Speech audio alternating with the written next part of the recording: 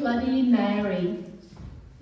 I know, drinking and driving is never worth the risk, even on Christmas Day. But this Christmas was different from the previous 32 years of my rather uneventful marriage. I was way beyond caring about risks and consequences. All I cared about was punishing him.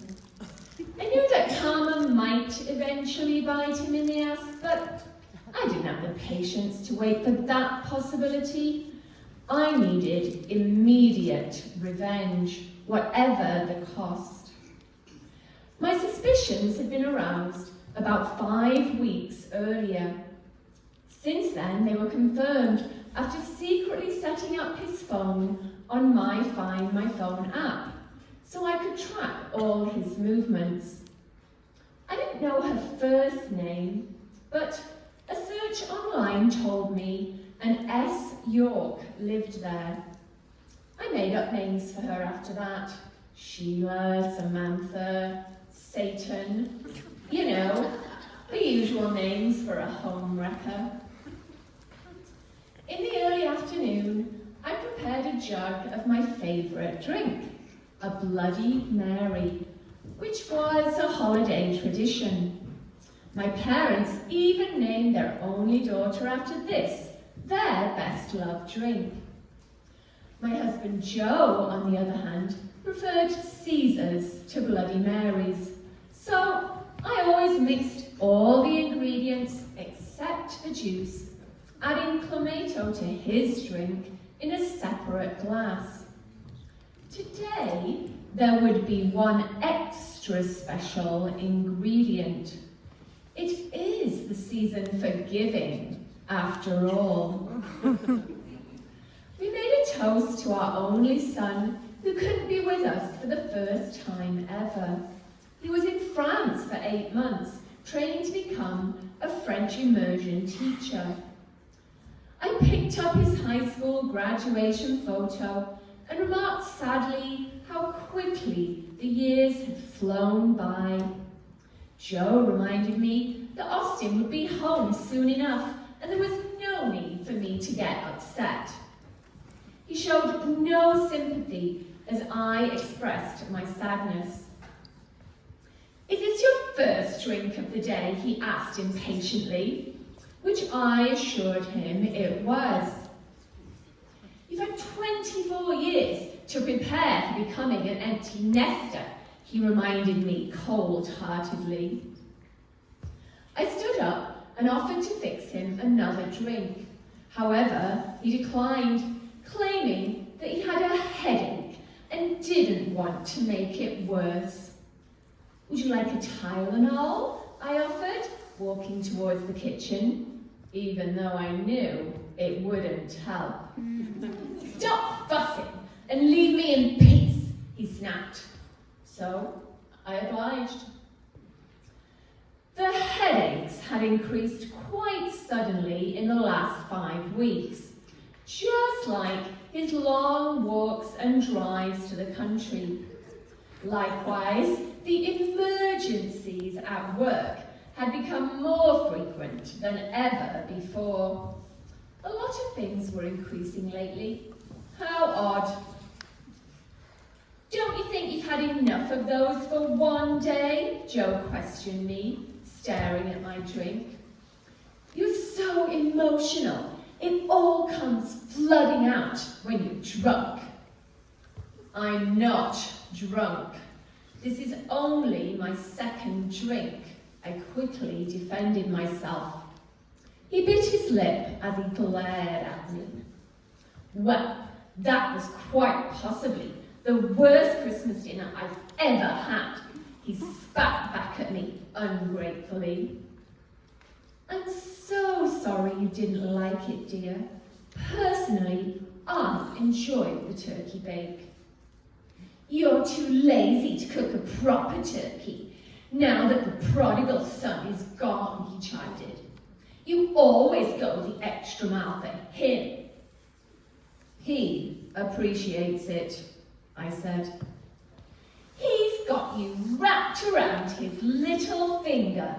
I've had more than enough of this bullshit. I'm going out for a drive. Drive carefully, I warned him. With the sound of his car leaving the driveway, I grabbed my phone and opened the app to follow the direction he was taking. Well, no surprise there. He was heading to her house, Beecher Street, on Christmas Day of all days. Apparently, he had no shame. As he drove, I wondered if he would even make it to his destination. I hadn't thought about that, but it was too late now for regrets. Surely the traffic would be quiet on Christmas Day, right? He turned the corner onto her street, and then his car came to a sudden stop at her house. That's fitting, I thought. I put down my phone, sat back in the chair, and soon fell asleep. Perhaps I had drunk a bit too much, not that I cared. At some point, I was awoken to the sound of a knock at my door.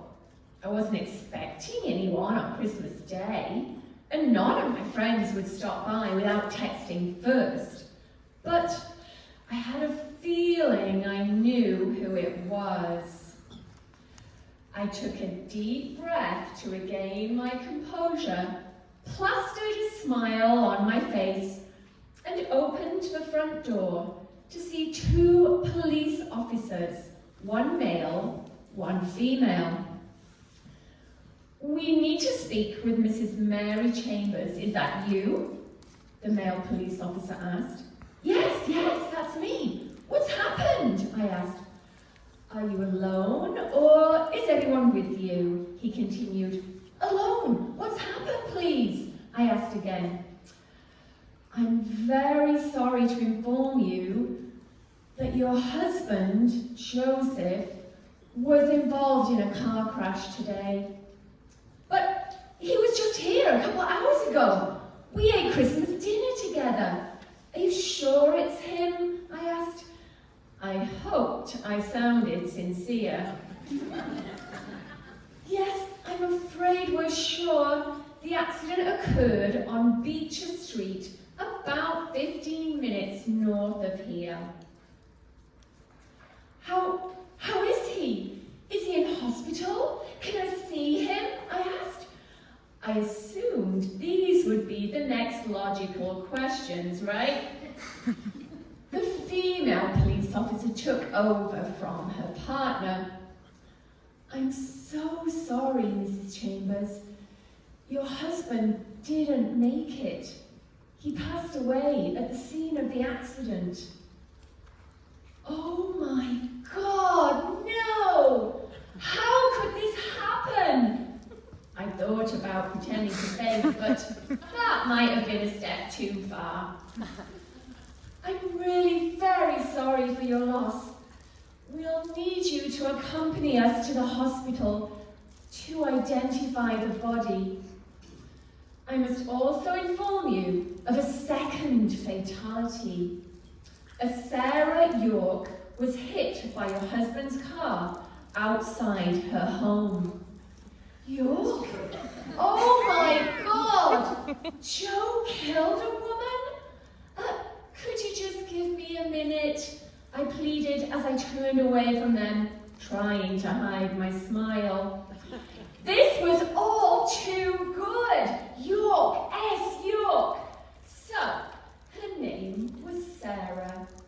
Joe had killed his mistress. How very convenient. "Yes, of course. We just need a little more information," said the female police officer. Just then, the phone rang, and I turned my attention to it as I waved the officers into my home. "Hi, Mom! Merry Christmas!" shouted Austin. The sound of my son's voice brought me back to my senses. I was going to have to figure out a way to tell him. No need to shout, Austin. I can hear you loud and clear. Merry Christmas, sweetie. I miss you so much. Is Dad there? I have some wonderful news to share with you. Can you put me on speakerphone? No. He just, popped out for a bit. Well, I can't wait to tell you this, so you'll just have to tell him when he gets home.